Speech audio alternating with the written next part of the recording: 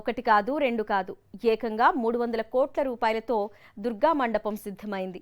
దేశంలోనే అత్యంత ఖరీదైన దసరా మండపం ఇదే.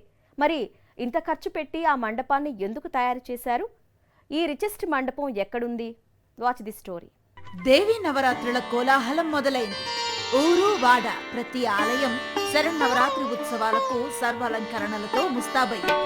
ఈసారి ఎప్పట్లా 9 రోజులు కాకుండా 11 రోజుల పాటు వేడుకలు జరగనున్నాయి. దేవి శరన్నవరాత్రులను అత్యంత వైభవంగా నిర్వహించేందుకు మధ్యప్రదేశ్లో ఇండోర్లో ఓ అరుదైన మండపాన్ని సిద్ధం చేశారు. ఇండోర్ నగరంలో 300 కోట్ల రూపాయల వ్యయంతో ఈ మండపాన్ని రూపొందించారు. ఒక్కోటి 50 అడుగుల ఎత్తైన 12 జ్యోతిర్లింగాలను ఇక్కడ రూపొందించారు.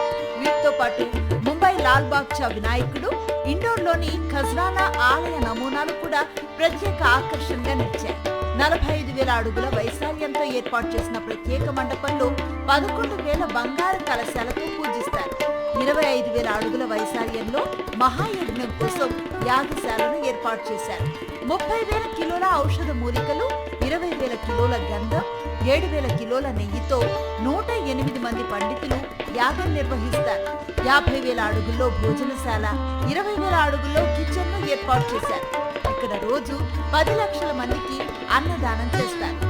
ఇండోర్లోని విఐపి పరస్పర్ నగర్ ఆవరణలో 30 ఎకరాలకు పైగా ఉన్న మైదానంలో ఎన్నడూ లేని విధంగా దక్షిణాది ఆలయాల నిర్మాణ శైలిలో ఈ మండపాన్ని రూపొందించారు.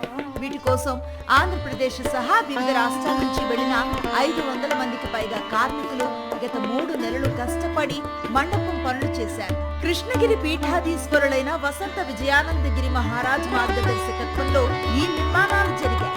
మండపాన్ని భక్తులు ఇచ్చిన విరాళాలతోనే నిర్మించినట్లుగా తెలిపారు.